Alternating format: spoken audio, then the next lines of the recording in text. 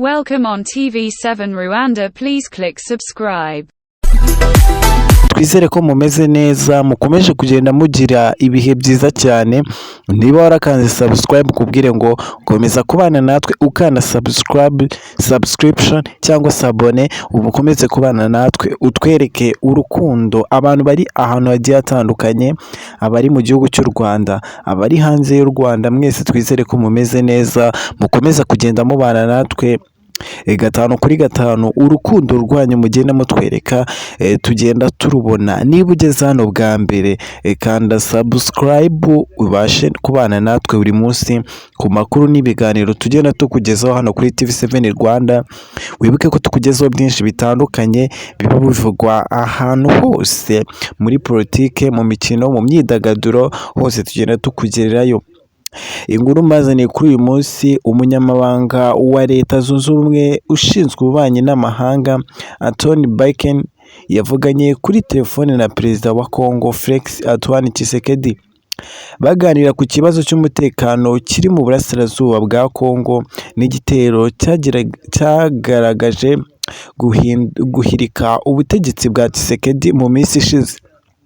Ibiro bya Perezida wa Congo ku rubuga rwa X, urwo rwahoze ari urwitwa Twitter, byagaragaje ko aba bombi baganiriye ku mubano wa Amerika na Congo ndetse n'ikibazo cy'umutekano muke gikomeye kugaragara mu burasirazuba bw'iki gihugu cya Repubulika Iharanira Demokarasi ya Congo. Ibiro bya Perezida byavuze ko Blinken yasabye Antoine Tshisekedi, Perezida wa Congo, kwemera inzira y'amasezerano y'amahoro ya Rwanda nk'inzira imwe yakemura ibibazo, ndetse anakomeza ku gitero cyo mu nkambi ya Mugunga. Ati yasabye umukuru w'igihugu gukurikira ibiganiro bya Rwanda. Yananenze igitero cyakozwe n'umutwe wa M23 ku itariki ya 3 Gicurasi uyu mwaka wa 2024 ku nkambi ya Mugunga na Rushangara muri Goma.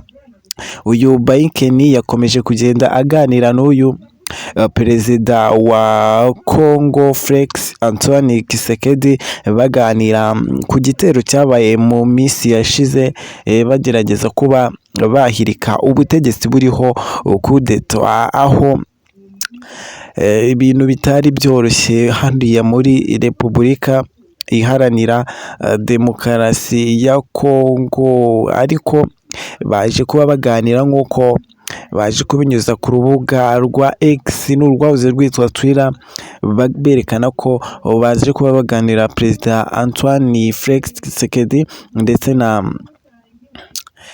na Blinken, umunyamabanga wa Leta Zunze Ubumwe za Amerika. Bimwe mu bindi Blinken yaganiriye na Perezida wa Repubulika Iharanira Demokarasi ya Congo harimo ko bise igitero ubwo hari abagaragaje guhirika ubutegetsi bwa Perezida wa Congo Felix Antoine Tshisekedi. Ibiro bya Perezida biti mu izina ry'igihugu cye yanenze abagabye igitero ku cyumweru cya Pentecote. Matthew Miller, umuvugizi wa Minisiteri y'Ububanyi n'Amahanga ya Amerika, we yatangaje ko Anthony Junior Blinken na Felix Tshisekedi baganiriye ku gitero cyibasiye abayobozi Viat Kamerhe n'izindi nzego, kandi Amerika izafasha Repubulika Iharanira Demokarasi ya Congo mu iperereza ryo kumenya ababa barashatse gukora ibyo bintu. Umuvugizi wa Minisiteri y'Ububanyi n'Amahanga United States yongeyeho ko iki kibazo cy'umutekano muke hakenewe ingamba nshya mu kugarura amahoro, hubahirizwa amasezerano ya Rwanda. Mu bindi Amerika ivuga ko aba bagabo baganiriye harimo ko ibikorwa bihungabanya uburenganzira bwa muntu mu burasirazuba bwa Congo, kandi anasaba ko hakorwa raporo z'intambara ku bihabera. Iki kiganiro kandi kibaye nyuma y'iminsi mike muri iki gihugu hari abagerageje guhirika ubutegetsi bwa Tshisekedi, bivugwa ko byagizwemo n'uruhare n'Abanyamerika.